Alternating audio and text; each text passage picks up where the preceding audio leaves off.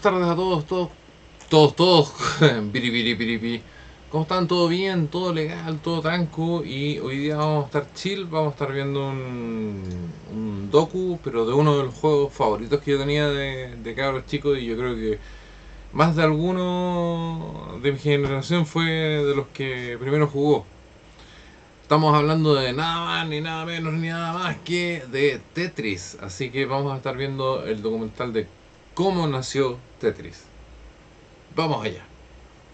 Heard around the world, the one by President Reagan about bombing the Soviet Union, and it resulted in a Soviet... 1984. The Cold War raged between two superpowers, the United States and the Soviet Union. Major economic and political differences created a constant state of tension between the former allies.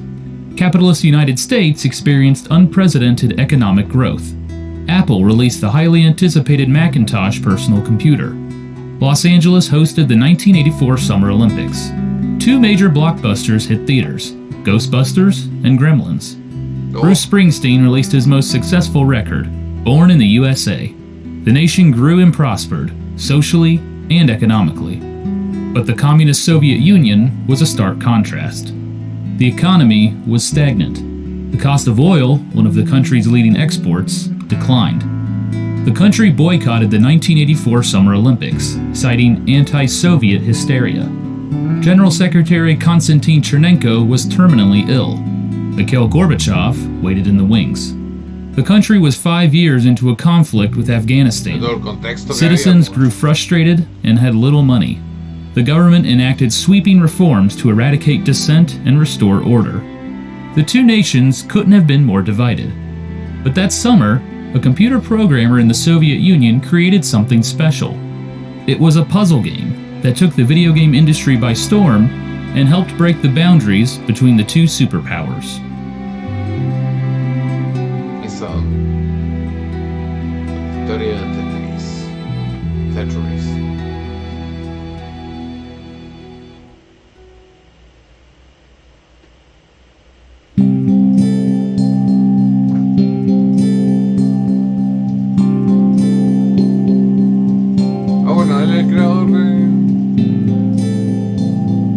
Alexei Leonidovich Pajitnov was born on March 14, 1956 in Moscow.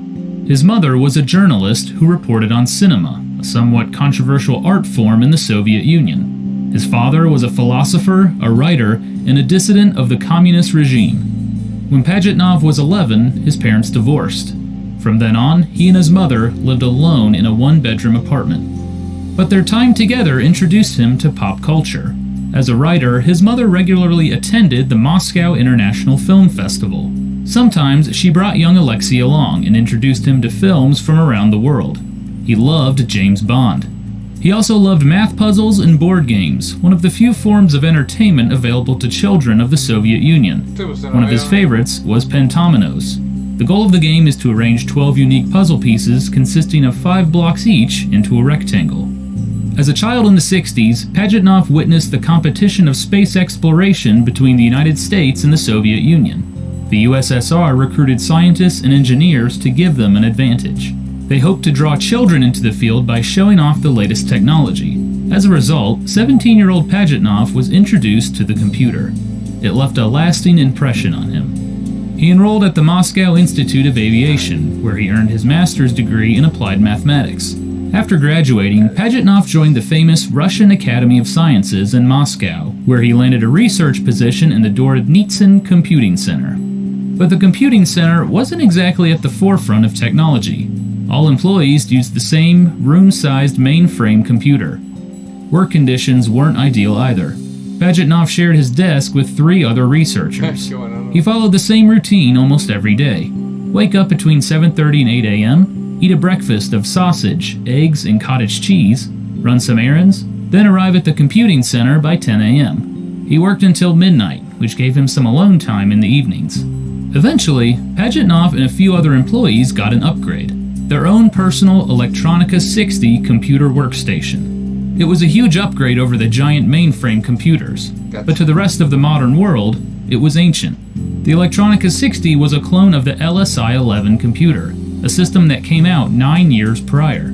The display didn't show any graphics, only alphanumeric characters. Pajitnov worked on artificial intelligence programs and speech recognition software. The latter caught the attention of the KGB, Russia's head security agency. They hoped it could record phone conversations.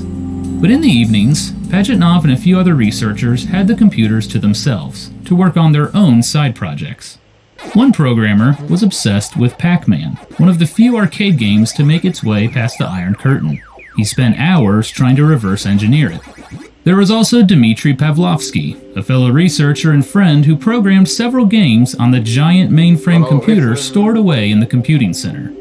There was also a 16-year-old programming prodigy named Vadim Gerasimov. After impressing his computer science teacher, he was brought to the computing center to learn more about programming and assist with projects. Pavlovsky introduced Gerasimov to Alexei Pajitnov. The trio shared a love of computer games and programming, so they formed a team and brainstormed game ideas in the evenings. They hoped to package the games and possibly sell them, an extremely difficult endeavor in the Soviet Union. Pajitnov sat at his desk late into the night, brainstorming. He thought back to his childhood, when he spent hours playing pentominoes. Surely there was a way to translate this experience to the computer. Pajitnov made adjustments to the standard pentomino game to accommodate for his outdated hardware. He cut the 5-block shapes down to 4, which reduced the number of pieces from 12 to 7. In 6 days, Pajitnov completed his first version.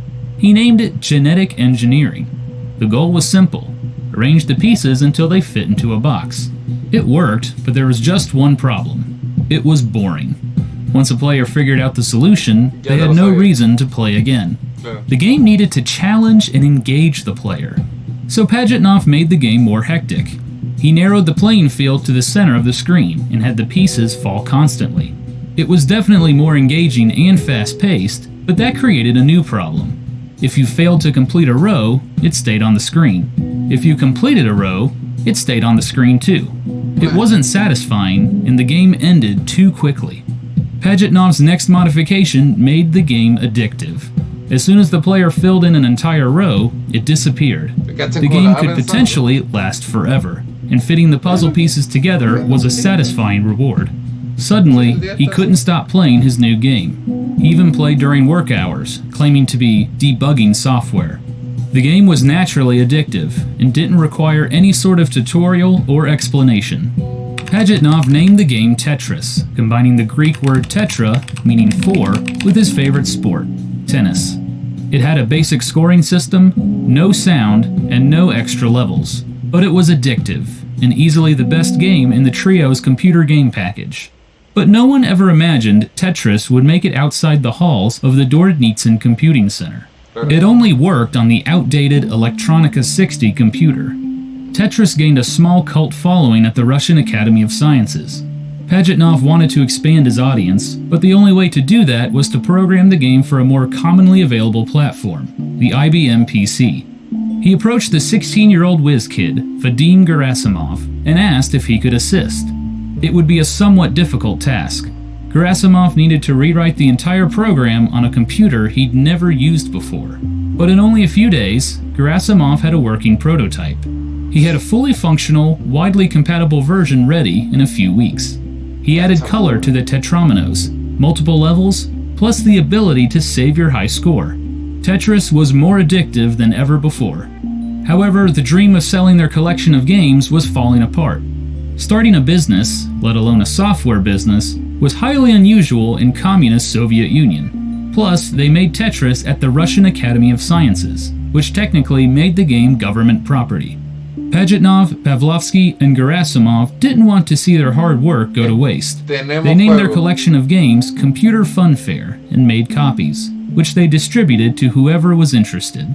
One such person was Vladimir Pukilko, Alexei Pajitnov's friend and a clinical psychologist at the Moscow Medical Center. When he fired up Tetris at his workstation, he immediately recognized the addictive nature of the game. As rows of blocks disappeared, it gave the player an emotional high, fueling them to keep playing. Pukilko made copies of the game for his fellow employees. Soon the entire psychology department was hooked. Pukilko feared the game would interfere with their work, so he destroyed every copy in the medical center.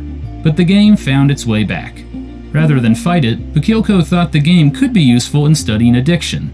A unique two-player version was developed specifically for the Moscow Medical Center by Pajitnov and Gerasimov.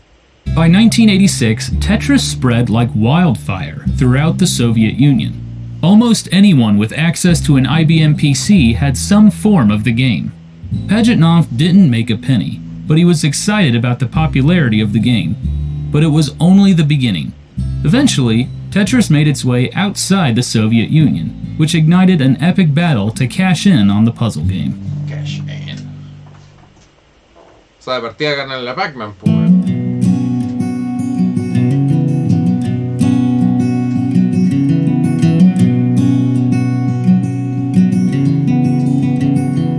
With its simple and addictive gameplay mechanics, Tetris took over the free time of Soviet workers. One such person was Alexei Pajitnov's boss. He shared a copy with some colleagues at the SZKI Institute of Computer Science in Budapest, Hungary. They loved it. Some students at the institute even ported the game to the Commodore 64 and Apple II, two popular home computers in the Western world. With that, Tetris officially crossed the Iron Curtain. In a sense, Hungary was the Western world's closest connection to Soviet life. It was under communist rule, but after the 1956 revolution, the Hungarian government passed major economic reforms to create a more open, free market. One of Hungary's most popular exports was the Rubik's Cube, created by Erno Rubik in 1974. Hungary was the place to go for business people looking to license Eastern products to Western audiences. One such businessman was Robert Stein, owner of the British software company Andromeda Software. After selling computer hardware in the 80s, Stein switched to a much more profitable business, selling software. But rather than look for potential new games in the UK, he found his talent in his native country of Hungary. His business model was simple: find a game, sell it to a publisher in the West, and collect royalties on the sales. Stein frequently visited the SZKI Institute of Computer Science for new titles, and in 1986, he noticed someone playing a game in the corner of the computer lab. It was Tetris. "What the hell is this?" he asked. "Oh, it's just a game," an employee replied. Intrigued, Stein tried the game for himself. He wasn't a gamer, but he couldn't stop playing Tetris. It was a surefire hit. He immediately went to the director of the institute and inquired about licensing. But the director sheepishly admitted that the game wasn't theirs. If Stein wanted to license Tetris, he would have to make a deal with the Soviet Union. But that was easier said than done. Russia's economy was still very closed off. The chances of Stein simply flying to Moscow and brokering a deal was slim to none. But the director did have one line of communication. He had the number to the Russian Academy of Sciences telex machine. Stein sent a telex message stating that he wanted to acquire the rights to Tetris. The message was forwarded to the creator, Alexei Pajitnov. Pajitnov was shocked. He'd given up the idea of selling software. Now he had an offer in writing for the rights to Tetris, but he had to be cautious. It was a verbal agreement. As far as he knew, Andromeda Software could find a buyer for Tetris. Stein immediately went to one of his go-to publishers in the UK, Mirrorsoft. Mirrorsoft was the software division of the massive Maxwell Communications Corporation. Founded by Robert Maxwell, a decorated World War II veteran and former member of Parliament, the Maxwell Corporation owned several newspapers, magazines, and even a soccer club. Mirrorsoft was a big publisher, with strong financial backing. Stein set up a meeting with Mirrorsoft co-founder Jim McConaughey. He took a look at Tetris, thought nothing of it, and passed it off to Mirrorsoft's technical department. Several weeks later, McConaughey wandered down to the technical department during a lunch break, and noticed everyone huddled around playing Tetris. He figured he should play the game himself. He took it home, and soon, McConaughey, his wife, and their children were hooked. Along with Mirrorsoft, Maxwell Corporation had another software company in the United States, Spectrum Holobyte. Mirrorsoft and Spectrum Holobyte worked well together, regularly sharing titles and publishing games in their respective regions. Spectrum Holobyte president Phil Adam was in the UK looking at new titles when McConaughey showed him Tetris. He too became addicted. From there, Robert Stein made a deal with the Maxwell Corporation. Mirrorsoft got the home computer and console rights to Tetris for the UK and Europe for £3,000 plus royalties. Spectrum Holobyte got the rights for the US and Japan for $11,000 plus royalties. It wasn't a huge payday for Stein, but he did have other rights to sell, including the arcade and handheld rights. The bigger problem, however, was Stein's supposed deal with Pajitnov and the computing center in Moscow. He had the vague telex message about making a deal, but nothing was signed. Technically, he was negotiating the rights to a game he didn't even own. With contracts pending with Mirrorsoft and Spectrum Holobyte, the clock was ticking. Stein sent off another telex message to Moscow with his offer. $10,000 up front, along with 75% on whatever money he made from Tetris. Pajitnov replied once again with a vague but positive response. They were ready to make a deal. Stein kept pressing. He even offered partial payment in the form of Commodore computers. But just as Pajitnov predicted, the Soviet regime intervened in the negotiations. AcademySoft, an internal publishing and licensing group within the Russian Academy of Sciences, handled further negotiations. AcademySoft insisted that the only rights available to Stein were for the IBM PC version of Tetris. Stein agreed. Future versions of Tetris could be negotiated for later. It was now 1987, and there were still no signed contracts. Spectrum Holobyte and Mirrorsoft prepared their versions of Tetris under the assumption that all the rights were secured. Robert Stein grew frustrated. Who exactly was in charge of the negotiations on the Russian side? Stein had a verbal agreement, or so he thought, but he needed pen to paper in order to make his dealings with Mirrorsoft and Spectrum Holobyte legit. So Stein put pressure on the Russians. In April of 1987, he sent another telex message to Moscow, this time announcing that Mirrorsoft and Spectrum Holobyte would release Para que se den cuenta el nivel tecnológico de las comunicaciones en esa época, era como, no, mira, lo llamo por teléfono o le mando un telegrama, o sea, no había mail, no había internet, no había ni una web, era todo lo antiguo, era llamar, si quería ir a una reunión con alguien iba ahí, ahora todo es por computadora. Tetris for the IBM PC in their respective regions, but his forcefulness got him nowhere. In June of 1987, Stein finalized the deals with Spectrum Holobyte and Mirrorsoft for Tetris, but he still had to get the Russians to sign on the dotted line.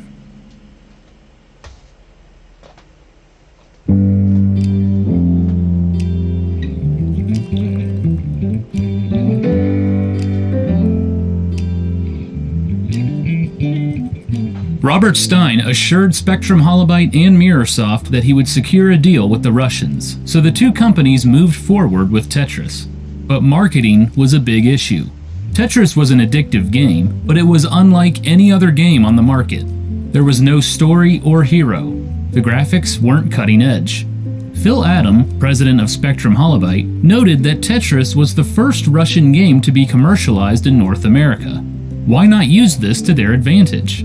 He proposed Tetris be marketed as an exotic game from the mysterious world behind the Iron Curtain. It would surely tap into the public's curiosity about the Soviet Union. The game was completely reprogrammed to incorporate allusions to Russia. The developers added imagery of St. Basil's Cathedral, Lenin Stadium, and May Day celebrations in Red Square. They incorporated classical Russian music. They even added a reference to Matthias Rust, a West German pilot who flew a small plane directly into Red Square. He was arrested and charged with hooliganism. Ronald Reagan and Mikhail Gorbachev impersonators showed off the game at trade shows. The Tetris hype grew as release day approached.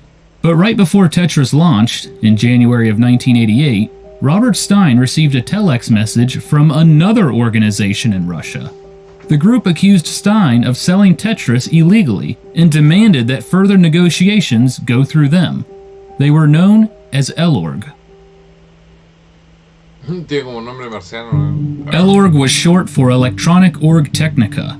The Soviet Ministry of Foreign Trade formed ELORG for the purpose of importing and exporting technology, specifically to other communist nations. But in the 1980s, under the leadership of Mikhail Gorbachev, restrictions on foreign trade with the West loosened.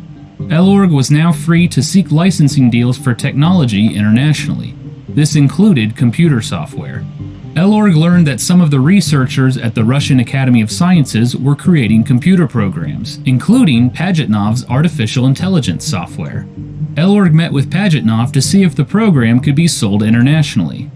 During the meeting, Pajitnov casually mentioned Tetris and how he and AcademySoft had trouble getting a licensing deal with Robert Stein.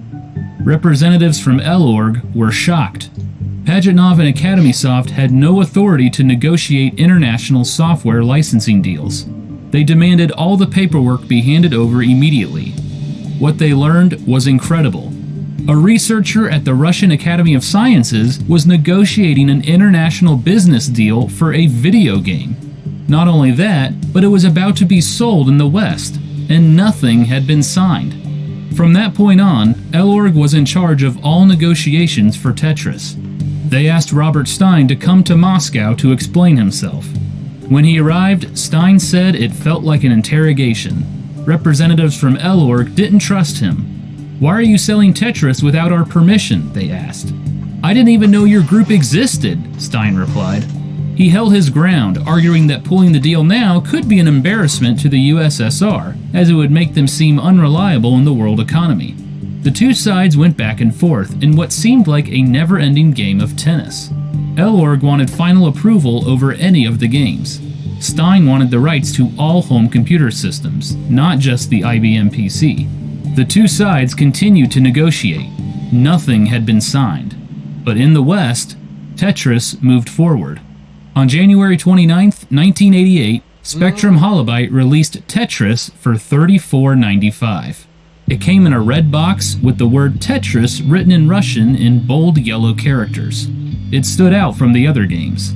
The Russian marketing angle worked brilliantly. Spectrum Holobyte sold 100,000 copies in the first year. In the UK, Mirrorsoft sold fewer, but still a sizable amount. Then again, they also removed a lot of the Russian imagery from their version. The reviews were glowing. Tetris is so simple to learn that you'll know all the rules 5 minutes after opening the box. But it's so intriguing to play that once you've started, you'll be spending many hours in front of the computer screen. So many that you'll begin to wonder if Tetris isn't really part of a diabolical plot hatched in the evil empire to lower worker productivity in the United States. Dennis Lynch, Chicago Tribune. As computer games go, it is simple and addictive.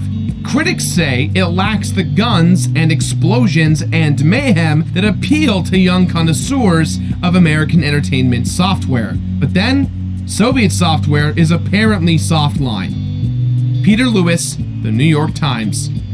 Tetris fever enveloped the West and was being played at home and at work. Spectrum Holobyte even added a boss key to the game. Pressing the escape button would quickly bring up a blank command prompt. To Spectrum Holobyte and Mirrorsoft, it was a resounding success. But Robert Stein was nervous. His deal with the Russians was still in limbo. Spectrum Holobyte and Mirrorsoft began porting the game to other computer platforms. But finally, in May of 1988, 4 months after Tetris hit the market, Elorg and Robert Stein made a deal. Andromeda Software got the rights to Tetris for home computer systems. They also got the rights to port Tetris to, quote, different types of computers.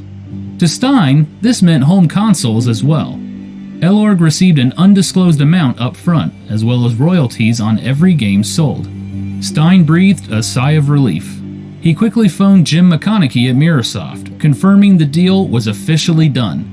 When McConaughey asked about the arcade and handheld rights, Stein assured him that deal was imminent as well. From there, they wove a tangled web of sublicenses that would ultimately turn into a ferocious battle over who could do what with Tetris. Chao. ¿Qué podía hacer con la mano?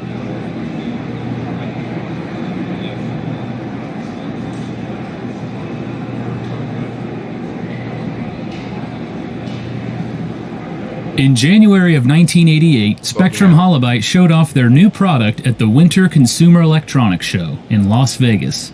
Spectrum Holobyte president Phil Adams stood proudly on the showroom floor, displaying Tetris to a long line of attendees. Standing in that line was Hank Rogers, owner of Japanese game publisher Bulletproof Software. Rogers was born in the Netherlands, but grew up in the United States.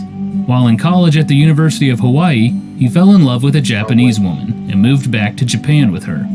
From there, he got into game development and formed Bulletproof Software. Inspired by the game Dungeons & Dragons, Hank Rogers released The Black Onyx, an ambitious, turn-based RPG, the likes of which Japan had never seen before. By the end of 1984, it was the best-selling computer game in Japan. In 1985, he was enamored with the Nintendo Famicom and determined to make a game for the system. After reading in a magazine that Nintendo president Hiroshi Yamauchi was a fan of the board game Go, he set up a meeting. Rogers pitched that he could make Go for the Famicom. Yamauchi gave him an advance of 30 million yen, or approximately $300,000, to make the game. Within minutes, Rogers had a deal with Nintendo, cash, and became an official Nintendo licensee. By 1988, Rogers was getting more into publishing.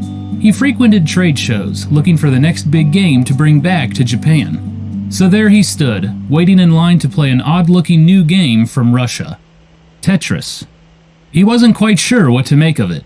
Tetris was probably the quietest game at the show.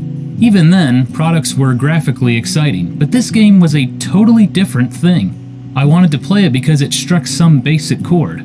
I couldn't stop playing. After going through the line more than 5 times to play, Rogers was convinced. Tetris was the game he was looking for. It was simple, seemed easy to program, and would require little translation. Rogers learned that Gilman Louie, CEO of Spectrum Holobyte, was going to Japan to shop the game. Gilman Louie's first stop was the ASCII Corporation, one of the largest publishers in Japan. They declined Tetris, saying it was too retro. Their loss was Rogers' gain. Gilman Louie and Hank Rogers signed a letter of intent for Bulletproof Software to publish Tetris in Japan for just about every platform imaginable. Rogers' offer was standard, a cash advance as well as royalties on every copy sold. Spectrum Holobyte had no plans for getting into the Japanese market, and Rogers seemed more than capable of delivering Tetris to the country. When Gilman Louie phoned Jim McConaughey at Mirrorsoft to tell him the news, he received a surprise. Rogers couldn't have the console and arcade rights for Japan because those were already sold. The buyer was Atari Games, which planned to publish the games under their subsidiary, Tengen. Like everyone else, engineers at Atari Games were playing the PC version of Tetris and were addicted. It became common water cooler talk at the office, which motivated Atari Games to grab the rights. To make matters worse for Rogers, Atari Games got it for a steal. In exchange for console and arcade rights in Japan and North America, Atari Games gave Mirrorsoft the PC rights to Blasteroids, a shallow update of the arcade game Asteroids. No royalties or cash to consider. Gilman Louie was furious, but there was nothing he could do. Mirrorsoft had more power thanks to their direct connection to the Maxwell Corporation. Louie phoned Hank Rogers to give him the news. Rogers could have the PC rights, but if he wanted the console and arcade rights, he would have to contact Atari Games. When Rogers contacted them and inquired about the rights, Atari Games declined. Undeterred, Rogers flew to California and camped out in the Atari Games parking lot. He waited for an opportunity to talk. Pero van cachando como van pasando algunas cosas que de repente es como, oye, este buen vendió esto, este buen no hizo esto otro, o sea, no sé, es muy raro como de repente salen algunas cosas de productos clásicos y famosos. To their president, Hideyuki Nakajima. As Nakajima was leaving for the day, Rogers swooped in and made his sales pitch. Eventually, Nakajima agreed to a meeting.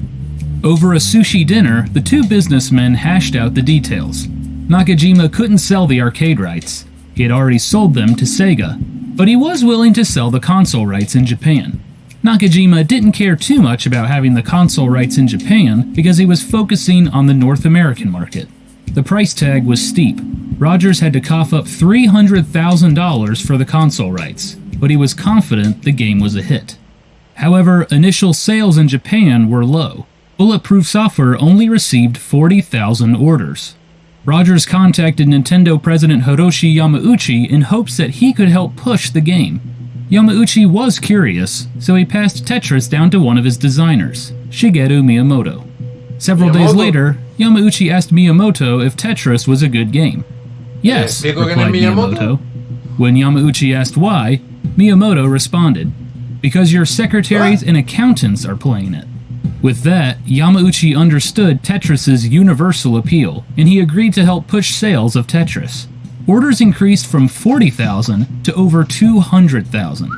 On December 22, 1988, Bulletproof Software released Tetris for the Nintendo Famicom, where it became their best-selling game of all time, selling 2 million copies. But it added yet another branch to a complicated tree of licensing and sub-licensing. Everything hinged on one contract: Robert Stein's deal with the Russians at Elorg. And that deal was in jeopardy. In 1988, Nintendo was on top of the video game world. They were on pace to sell 7 million Nintendo Entertainment Systems that year. Industry experts predicted the market for Nintendo games was larger than all home computer software. And they weren't done yet. Waiting in the wings at Nintendo of Japan was a new system, the handheld Game Boy. In North America, it was standard to package new Nintendo consoles with a game. But which one? In December of 1988, Hank Rogers was meeting with Nintendo of America president Minoru Arakawa at their headquarters in Redmond, Washington. When Rogers heard about their situation, he suggested Tetris. If you include Mario, the Game Boy will be for little boys. But if you include Tetris, the Game Boy will be for everybody, he said. Arakawa was intrigued. He heard about the success of Tetris for the Famicom in Japan. Tengen was preparing to release Tetris for the Nintendo Entertainment System in North America, but the handheld rights were still up for grabs. Rogers was more than happy to help. He knew he could make millions in this deal, especially if Tetris was a pack-in title. After his experience getting the Tetris rights in Japan, he knew that Robert Stein was the man to talk to. Rogers called Stein and inquired about the handheld rights to Tetris. He offered $25,000 in advance. Stein, who still didn't have the handheld or arcade rights, was also fielding calls from Mirrorsoft asking for the handheld rights. He was wishy-washy in his response. He would have to check with the Russians and get back to Rogers. But Stein was about to hit another roadblock. Somewhere in the tangled web of licensing, Elorg wasn't getting paid. They tasked their new director, Nikolai Belikov, with sorting out the mess. Belikov was a large man with a reputation for being cutthroat. Pajitnov described him as an excellent actor. He was a worthy negotiator. Belikov read Stein and Elorg's contract, which was signed in May of 1988. It promised payment within 3 months. The payment was now 3 months overdue. Stein was stuck. He had Mirrorsoft and Hank Rogers wanting handheld rights.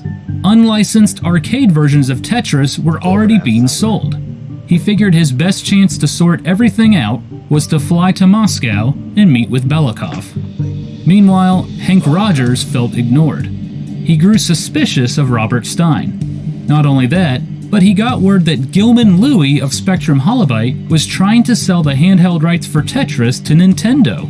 When Minoru Arakawa asked Rogers about it, Rogers was adamant. "I know Gilman doesn't have those rights.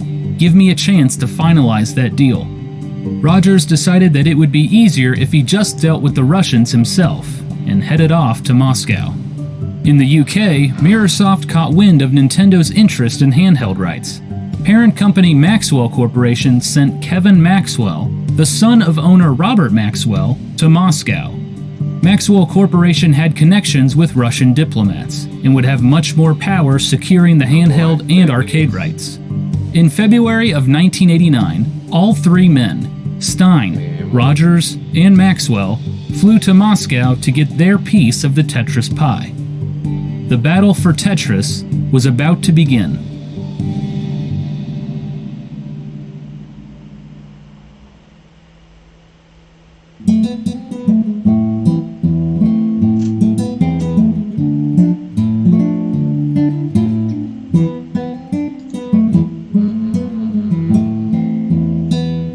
Hank Rogers arrived in Moscow without any clue where to go. He knew Stein was negotiating with Elorg, but he had trouble finding their whereabouts. At first, he tried to make friends by playing Go with some locals, but that got him nowhere. So Rogers hired an interpreter to help him find Elorg. After a day of riding around Moscow, they finally got the location. Hank Rogers walked into Elorg and asked to speak to someone about the rights to Tetris. As he waited in the lobby, he could feel the tension. "You don't walk into a place like that uninvited," he said. When Belikov was told a foreigner from Japan had come to discuss Tetris, he was surprised. It was against government protocol to meet with foreigners without proper clearance, but Belikov was curious and decided to meet him. If nothing else, having a third bidder for Tetris would help in his negotiations. Belikov met Rogers in the lobby. "Who are you?" he asked. Rogers took out a copy of Tetris on the Famicom and handed it to Belikov. "We are the biggest publisher of Tetris in the world right now," he boasted. Belikov looked at the game, confused. As far as he knew, no one had the console rights to Tetris. Elorg hasn't given video game console rights to anyone, Belikov barked. Rogers made his case, explaining the chain of licensing and sub-licensing that gave him the rights. Elorg, to Andromeda, to Mirrorsoft, to Tengen, to Bulletproof Software. Belikov was confused. He had never even heard of Tengen. The only rights were transferred to Andromeda Software, and only for using Tetris on personal computers. "You are illegally selling something that doesn't belong to you," he said. Rogers had come to Moscow to secure the handheld rights, but now he was in danger of losing everything. "Either I'm going to come out of here with the rights to Tetris, or I'm going to be in some gulag," he thought. After some discussion, Rogers and Belikov set up a meeting for the next day. The next day, Hank Rogers arrived at Elorg and was ushered into a large room with a massive table. On one end of the table was Elorg's negotiator Nikolai Belikov, Tetris creator Alexei Pajitnov, and several members of the Elorg team. Hank Rogers sat alone on the other side. Usually his sales pitches touched on his close connection with Nintendo and how they had a majority of the video game market share. But the Russians didn't know anything about Nintendo or the video game market. So he shifted gears and gave them a crash course on the video game business. Elorg showed Rogers their original contract with Robert Stein of Andromeda Software. Rogers scanned it and found the line that was causing all the trouble. The contract between Andromeda Software and Elorg stated that Stein had the rights to port Tetris to, quote, different types of computers. To the Russians, this meant exactly that, computer systems. To Stein, the distinction between computer system and console didn't exist. On top of that, Elorg was making pennies on Tetris. 1% of a percent. It was a horrible contract. Rogers made his case to Elorg, explaining his offer for handheld rights in detail. He offered a fixed amount for each cartridge sold. It was a nice change of pace after dealing with Robert Stein. Pajitnov in particular was impressed. Rogers understood the business end of things, but as a former developer, the two were kindred spirits. After Rogers' pitch, Belikov wanted to move forward and asked for a formal offer for handheld rights to Tetris. "Write everything down," he said. Belikov then asked Rogers when he would be back in Moscow. "Either I leave with the deal or without the deal. I'm not coming back," Rogers replied. After the meeting, Hank Rogers and Alexei Pajitnov continued talking. "Somehow we liked each other almost immediately. He was the friend I was looking for in Russia," said Rogers. That night, Pajitnov showed Rogers around Moscow. They explored the city, drank vodka, and discussed ideas for a sequel to Tetris. For Pajitnov, it was refreshing to have a casual conversation about his creation. "He offered me nothing and asked for nothing," he said. The two formed a friendship that would have a major impact on the future of Tetris. Ben? The next day, Rogers returned to Elorg with a one-page offer for the handheld rights to Tetris. Rogers knew Stein would be coming, so he added pressure by having the offer expire in 1 week. After his crash course on the video game business, Nikolai Belikov prepared for his upcoming meetings with Robert Stein and Kevin Maxwell. Belikov thought Stein was abusing his rights to Tetris. Stein reaped all the rewards, while the Russians got next to nothing. It was also apparent that Tetris creator Alexei Pajitnov preferred Rogers over Stein. It was time for the communists to play the game of capitalism. Yeah. Robert Stein entered the Elorg offices with one goal in mind: to secure the handheld and arcade rights to Tetris. The arcade rights were especially important, considering Tengen and Sega were already selling machines. But Nikolai Belikov had other plans. Belikov presented Stein with their original contract. "Mr. Stein, tell me honestly, what is this document called?" he asked. "An agreement," replied Stein. "It's not an agreement," snapped Belikov. "It's a set of some irresponsible phrases or other, under which rights are transferred to one party without compensation for the other." Belikov presented Stein with an amendment to the original contract. Elorg wanted their money, so the amendment detailed penalties for late payment. Belikov refused to negotiate until Stein signed it.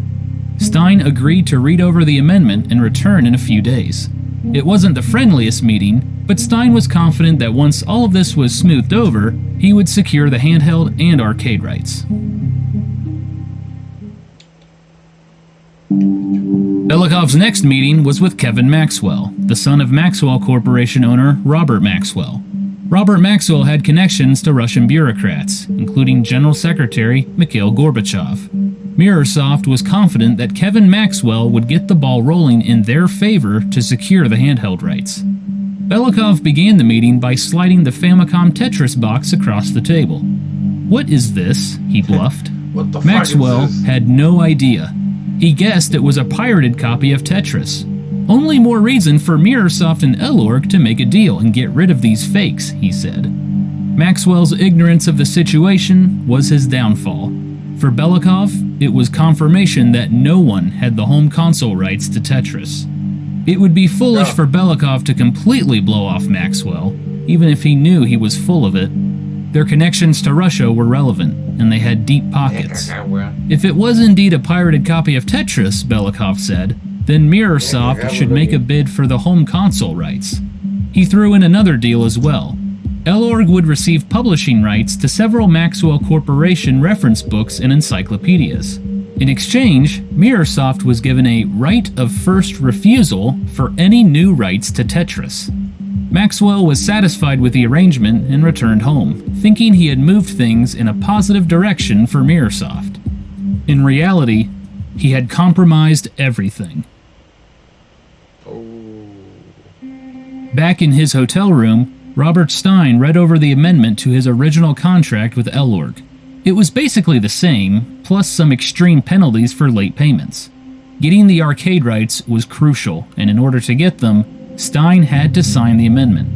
He signed it and returned to Elorg the next day. With that out of the way, negotiations could continue. But Belikov claimed Elorg wasn't ready to sell the handheld rights. The arcade rights, however, were for sale. The cost? $150,000 for advanced royalty payments, with a 6-week deadline. It was a lot of money, but at least Stein would avoid any licensing issues for Tengen and Sega's arcade version of Tetris. Stein returned home feeling satisfied. But there was one crucial detail Stein missed in the new amendment. Belikov added a definition for a computer, which said that a computer consists of a processor, monitor, disk drive, keyboard, and operating system. Since the document was backdated, it effectively stripped away all the console rights Stein thought he owned. The large penalties for late payments had all been a distraction. The Russians at Elorg had played the game of capitalism and won. After his meetings, Belikov called Rogers to inform him that Kevin Maxwell and Mirrorsoft also wanted the handheld rights for Tetris. "I can't outbid Maxwell, but I can give you honesty and promise to pay you for each cartridge," said Rogers. Several days later, Rogers presented Elorg with a finalized contract and walked through every detail. It was official. Rogers and Nintendo secured the handheld rights to Tetris for the Game Boy. After signing the contract, Belikov presented Rogers with an offer. Make a bid on the home console rights to Tetris. Rogers knew Nintendo would be interested. "Nintendo will outbid any competitor," Rogers said. Belikov asked for an offer in writing within 3 weeks, and with that, the meeting was adjourned. Rogers headed back to Japan. He had no time to spare.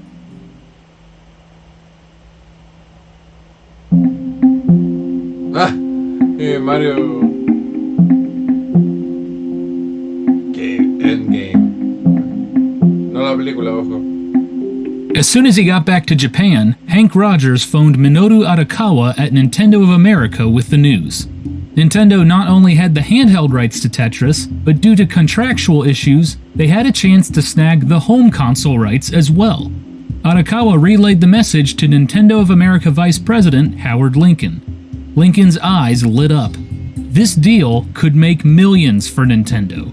It would also be sweet revenge against Atari Games, a former Nintendo licensee that was now suing them for $100 million. The suit stemmed from Atari Games' frustration with Nintendo's licensee policies. They alleged antitrust violations and unfair competition. At the same time, Atari Games released a batch of unlicensed games under their subsidiary, Tengen. They were the very first unlicensed games on the Nintendo Entertainment System. One of Tengen's upcoming releases was the console version of Tetris. Taking Tengen's rights to Tetris would hurt, and Lincoln knew it. So they sent Rogers back to Moscow to make a formal offer. With him was a high-profile attorney who had previously worked in the Soviet Union and was fluent in Russian. Their offer to Elorg was incredible. $5 million, guaranteed. As promised, Belikov contacted Mirrorsoft for right of first refusal. On March 15, 1989, he sent them a telex and gave them 1 day to respond with a counteroffer. When nothing came back, Elorg was ready to sign the deal with Nintendo. Due to the enormous amount of money at stake, a Nintendo employee had to sign the contract. Lincoln and Arakawa went themselves. They traveled in secret. Any chance of Atari Games finding out could jeopardize the agreement.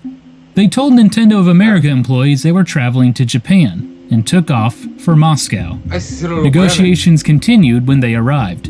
Lincoln was sure Atari Games would come after them. Tómenle el peso a lo que... Porque, por ejemplo, si ellos... Lo que la wea. Pero si ellos no hubiesen tomado la decisión y haberle dicho a Nintendo, onda como, mira, no, sabes que vamos para acá, pero vamos para allá, pero en realidad vamos a hacer esto, bueno, tendrían que haber tenido pelotas de oro, weón, con la cantidad de plata que se está poniendo en juego, weón, literalmente. Entonces, como que igual fue peligrosa la movida, weón. A clause stating that the Russians would help defend their rights in any litigation. Lincoln also suggested royalty payments to Alexei Pajitnov for creating the game. Belikov found the suggestion inappropriate. Pajitnov had made the game on company time. It belonged to the state. Belikov suggested that Elorg could make the cartridges. They even inquired about making their own version of the Nintendo Entertainment System. Nintendo declined. During the final stage of negotiations, Jim McConaughey of Mirrorsoft finally returned the telex message to Elorg. As far as McConaughey was concerned, Mirrorsoft already had the console rights. Elorg must be mistaken. That was all Elorg needed to hear, and on March 22, 1989, Nintendo and Elorg signed an agreement for the home console rights to Tetris. That same day, Belikov fired off another telex to Mirrorsoft and Robert Stein. The home console rights and handheld... Estamos en directo, pues, hijo. Ni ahí, pues, weón. Estamos en directo acá. Rights to Tetris were no longer available. They belonged to Nintendo. Robert Stein was dumbfounded. I was so focused on getting what I wanted that I forgot about watching what they wanted, he said. He felt he was the victim of lying, backstabbing, and cheating. He accused Hank Rogers of colluding with the Russians on the amended contract. He also argued that Kevin Maxwell's meeting with Belikov had screwed everyone over. He was burying me, burying us all, Stein said. At least there was a small consolation prize. Stein still had the home computer and arcade rights to Tetris.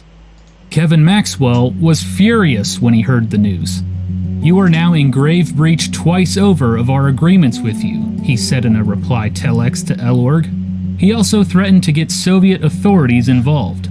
He wasn't bluffing. The Russian government questioned Nikolai Belikov. They searched his files.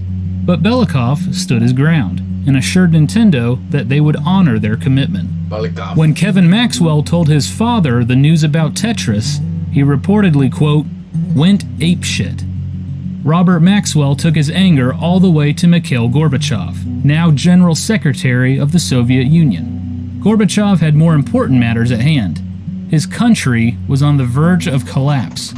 You should no longer worry about the Japanese company, Gorbachev told Maxwell. And with that, Mirrorsoft gave up the fight for Tetris. On March 31st, 1989, President Hideyuki Nakajima of Atari Games received a surprising fax from Howard Lincoln of Nintendo of America. It was a cease and desist, ordering them to halt from any further manufacture, advertisement, promotion, offer for sale, or sale of Tetris for the NES or any other home system. The rights now belonged to Nintendo. Yeah. We knew we had those bastards by the balls, said Lincoln. On April 6, 1989, Nintendo sent out an official press release announcing plans to release Tetris that summer on the NES. The next day, Atari Games, via their subsidiary Tengen, sent a reply to Nintendo. We are in receipt of your letter, and quite frankly, are quite confused. As Nintendo has known since last year, Tengen received all NES rights to the game Tetris in early 1988. These rights are, in Tengen's view, clear and unequivocal. But Atari Games was panicking. A week later, they filed a copyright application for their version of Tetris. On April 18th, they sued Nintendo for infringing on their licensing deal for Tetris. Almost everything was at stake. Atari Games anticipated Tetris to be a colossal hit that would break the shields of the Nintendo juggernaut. They assigned veteran programmer Ed Logg to program the NES version from the ground up. They spent a substantial amount of money on marketing. They took out a full-page ad in USA Today. They produced 300,000 copies of Tetris. They even held a huge launch party at the Russian Tea Room in New York City. On May 17, 1989, in the midst of their legal battles, Tengen released Tetris on the Nintendo Entertainment System. As expected, it flew off the shelves, selling 150,000 copies within weeks. Meanwhile, Howard Lincoln headed back to Moscow with a team of lawyers to prepare for the upcoming battle. They interviewed everyone they could: Alexei Pajitnov, Nikolai Belikov, and employees of Elorg and the Russian Academy of Sciences. They combed over every copy of the contracts between Robert Stein and Elorg. On June 15, 1989, Tengen and Nintendo opened their arguments in the U.S. District Court of Northern California. Presiding over the case was Judge Fern Smith, the same judge in charge of their other lawsuit dealing with the unlicensed Tengen games. Both Nintendo and Atari Games filed preliminary injunctions, which would prevent the other from selling their version of Tetris. Atari Games argued that their license for Mirrorsoft was valid, and that the Russians were double-dipping. Nintendo argued that the Russians never intended to sell anything other than the home computer rights to Mirrorsoft. But the smoking gun was the amended contract, which defined a home computer system. The NES definitely did not match that definition. On June 22nd, Judge Fern Smith reached her decision. She granted Nintendo a preliminary injunction, barring Atari Games from selling their version of Tetris. The trial was scheduled for later that year in November. It was a huge blow to Atari Games. By then, almost half of the initial 300,000 copies had been sold, leaving them with a warehouse full of games. When consumers heard the news, people rushed to snag their own copy. Many who borrowed the game from rental stores simply kept it, happily paying the replacement fee. On July 31st, 1989, Nintendo unleashed the Game Boy in North America, bundled with a copy of Tetris. Nintendo felt their case had clear and compelling evidence. They asked Judge Fern Smith for a summary judgment, which would end the trial before it began. To their surprise, Judge Fern Smith agreed. On November 13, 1989, she ruled that Nintendo owned the home console rights to Tetris. Atari Games announced they would appeal, but later decided against it. They destroyed all of their remaining warehoused copies of Tetris. No. That same month, Nintendo released their version of Tetris on the NES. It would go on to sell more than 5 million copies. The battle for the addictive Russian puzzle game was finally over. Y Nintendo ganó. Al fin y al cabo, el que ganó fue Nintendo. Hank Rogers' prediction that Tetris would make the Game Boy appeal to everyone was correct. By 2003, Nintendo sold over 118 million Game Boys. 35 million of them were bundled with Tetris. Although Nintendo emerged as the clear victors, just about everyone involved, Robert Stein, Spectrum Holobyte, Mirrorsoft, Hank Rogers, Elorg, and Atari Games, made money on Tetris. Everyone, that is, except its creator, Alexei Pajitnov. Pago Chile, po. By 1989, he had collected nothing from Tetris and was still working at the Russian Academy of Sciences. He was married with 2 children. But in 1991, his fortunes changed. Hank Rogers was determined to help his friend. He helped Pajitnov and his family immigrate to the Seattle area, where Pajitnov founded his own software company. In 1995, the rights to Tetris expired, which gave Pajitnov the opportunity to finally cash in on his creation. Venga para acá. By that point, Elorg was a private company, still under the direction of Nikolai Belikov. Elorg purchased 50% of the rights to Tetris. Rogers and Pajitnov partnered up and formed the Tetris Company, and purchased the other half. After 13 long years, Alexei Pajitnov finally received royalty payments for his game. To this day, the Tetris franchise has sold more than 170 million games, making it the 7th best-selling video game franchise of all time. Que heavy la... Cacha.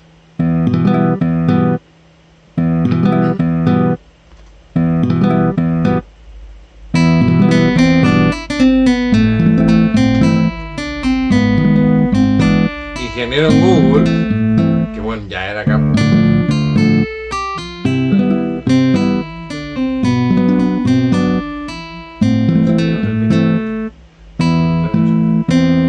Es que me atraso leyendo los nombres de ruso, weón.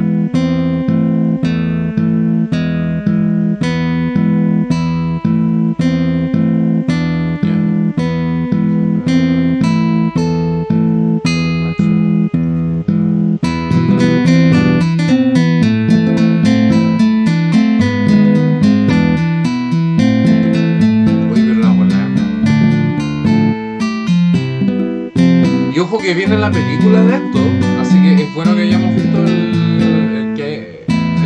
documental de Tetris, precisamente.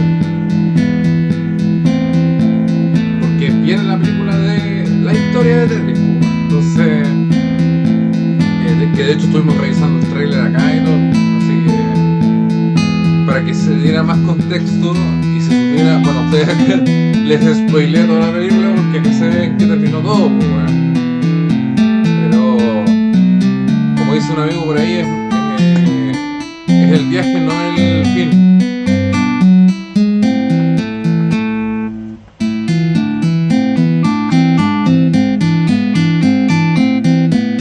Miyamoto. Sí.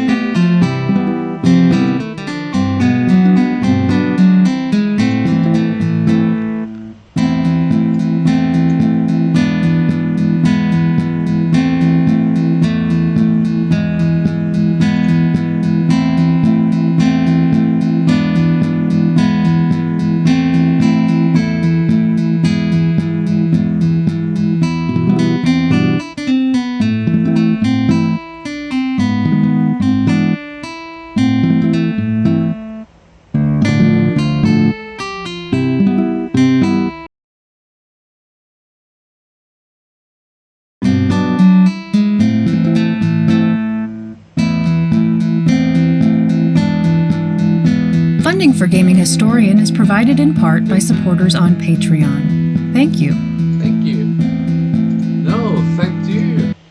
Pero, weón, se dan cuenta como de repente la historia de los videojuegos, como llega de parte de una cosa, termina en una weá, empieza la mutanteada entre medio, weón, de que dimes y diretes de que no, que esta weá es mía, que tú firmaste esto, que donde se pegaron un cagazo brígido, encuentro yo, fue cuando uno de ellos hizo el trato así como de palabra, porque el mismo documental decía, bueno, no había nada firmado, loco. Era todo así como de ya, bien, gracias. O una botella de vodka y los buenos hacían negocio. Pero resulta que estaban jugando millones de dólares, weón, a nivel mundial, weón, con la... Y no, y toda la gente oportunista, weón, que vio la posibilidad de que y proyectó y dijo, puta, ¿sabes que Tetris puede ser el juego de así como para el futuro, ¿cachai? Y de hecho, weón, hasta hoy día se sigue jugando Tetris y lo más probable es que se siga jugando Tetris por siempre.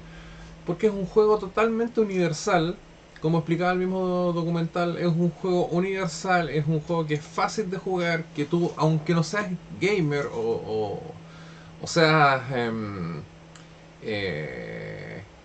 que te gusten los videojuegos, digamos, cualquiera puede tomar Tetris, hasta tu vieja puede tomar un Tetris, ¿cachai? Y decir, ah, ya, junto a este. O sea, tu vieja juega Tetris, o sea, juega Candy Crush en el tablet, weón, y no va a saber jugar Tetris, pues, weón. Entonces, incluso el Candy Crush es más complicado que el Tetris, pues, weón. Pero es como para que vayan cachando cómo se van dando ciertas cosas y cómo la locura de repente por los títulos, weón. Nosotros vimos varios títulos, o sea, a lo largo de los documentales hemos visto títulos de videojuegos y todo eso. Y claro, siempre, evidentemente siempre las peleas son por dinero, pero qué buen gesto, y de hecho en la película, para que ustedes sepan, de Tetris, Hank Rogers está personificado por ¿cómo se llama el cabro este les digo al tiro. El cabro. Tyron Egerton, que es el exi de Kingsman. De hecho, vimos esa película acá en el canal también. Nos faltó la última, sí, la tercera, que es la precuela. Pero él hace de Hank Rogers, que es el compadre que después yo encuentro que le hizo la devuelta de mano para que Pajivnikov tuviera después de, weón, 30 putos años, y el weón seguía en la misma, yendo a trabajar, tenía 2 hijos, toda la weón, y el weón pudo haber sido multimillonario, weón, hace 30 años, loco. Pero mira, y si no es por el gesto de este men, de decir, ¿sabes qué, weón? Vos te merecí esta weá porque vos trabajaste, weón. Vos inventaste la weá, vos te quemaste las pestañas, weón, y las cejas haciendo esta weá. Y loco, no te dieron ni 100 pesos, pues, weón. Entonces, como, weón, o sea, que alguien en el mundo de los negocios tenga como conciencia y corazón es como raro, pues, weón. Entonces, por eso se aprecia bastante el gesto que hizo con el creador de Tetris, este men.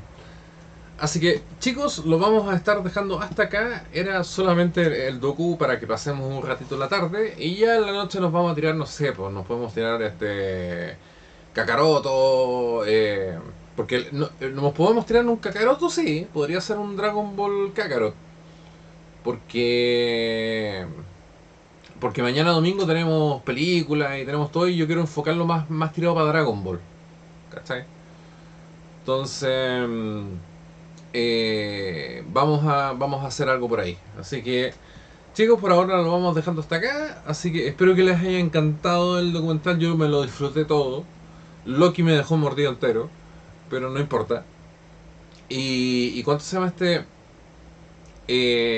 vean este tipo de documentales, vean de dónde vienen las cosas, de dónde salió la idea. De hecho, cuando estábamos viendo el documental de Marvel con Hulk y todo eso, y Stan Lee comentaba la anécdota de el color del personaje, digamos. Entonces, tú dices, ah, no, es que de repente hay típicos estos gallos medios como engrupidos que te dicen, no, es que en realidad el verde representa las facciones sociales que en realidad quieren ir a los poderes fácticos y la weá, y la profundidad porque la sociedad y el pueblo y la weá. Y después tú vayas a donde el creador y le preguntáis, oye, bueno, ¿y por qué es verde el mono? Puta, porque no me lo hicieron, no me lo pudieron hacer gris, weón. Y empecé a mirar y dije, ah, ya, no tengo un superhéroe verde. Y el mismo Stanley decía, weón, fue así de simple. Fue así de mundano, po, weón. Pero siempre hay un weón que anda pasado a caca, weón, y que se cree así como el divino anticristo, weón, no sé qué chucha, weón. Y se dan como en la volada de como, no, así es como toda la ola mística, la wea. De hecho, no cuentan en el documental, me imagino, por un tema de, de un poco de dignidad, pues, weón. Pero los que son más entendidos en el tema, literalmente a Stan Lee creó a Hulk, evidentemente con lo que él cuenta en el docu que vimos, pero literalmente se le ocurrió cagando. O sea, el weón estaba tan... Porque lo tenían presionado de... Bueno, necesitamos otro personaje. Necesitamos un personaje con, puta, que sea, no sé, el tanque, el equipo, no sé, cualquier weá. Y el weón estaba bajo tanto estrés. Y el weón estaba tan enchuchado. Y el weón se fue... Contaba en una Comic Con que pescó un diario así. O no me acuerdo qué weá. Y se fue a ver un putecido al baño, weón. Y el weón dice que estaba... Literalmente estaba cagando. Y decía, ¿qué pasa si un hombre...? Y ahí el weón le cayó la ficha. Y decía, weón, ¿qué pasa si el gatillante de este weón es el enojo? Y ahí como que el weón... Y literalmente, Stanley Pesca empezó a escribir, creo que se fue a hacer el crucigrama del diario, una weá así al baño, tratando de despejarse un poco de la presión que le estaba poniendo Marvel, weón. Y el weón salió, contó la señora en esa vez, porque ya ahora los dos están fallecidos. Y dice que salió del baño prácticamente con los pantalones agarrados y con un rollo casi de papel confort del origen del personaje, de por qué se transformaba, de por qué... El bueno había escrito todo en el papel confort. ¿Cachai?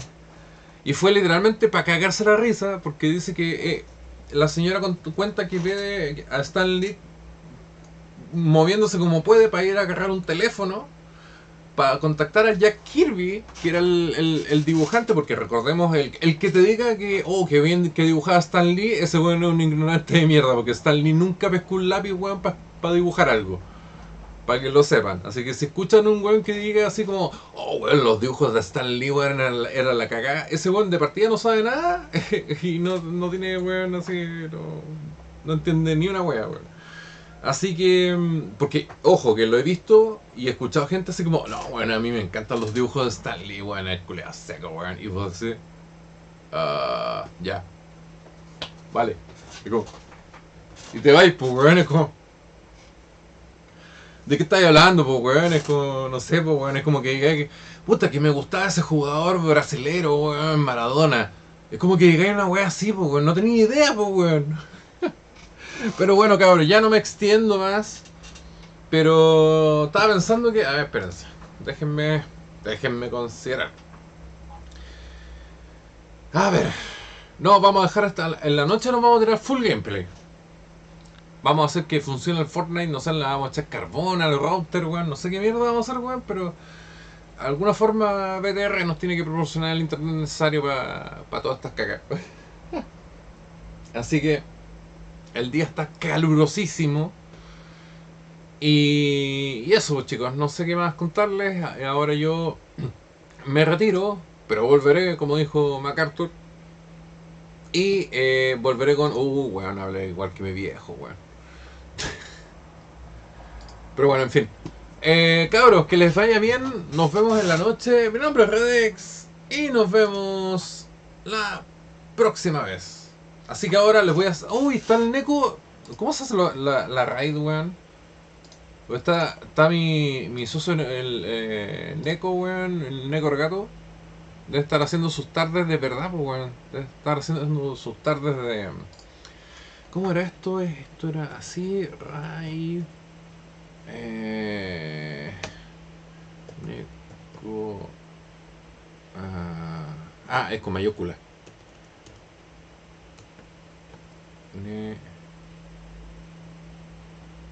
Neko. Que por lo general no, yo no sé, no hago esto, entonces tengo que acordarme cómo era la wea. Ahí creo que. Ya. Ahí va la raid. Compadres, nos vemos en la noche. Pórtense bien. Mi nombre es Redex. Y nos vemos la próxima vez. Así que, gente, vayan a donde Neko y denle cariño. Vamos. Nos vemos en la noche. Bye.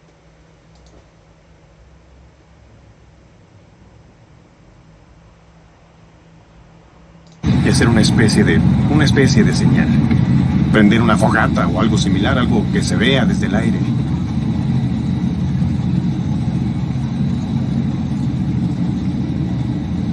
Doctor Grant,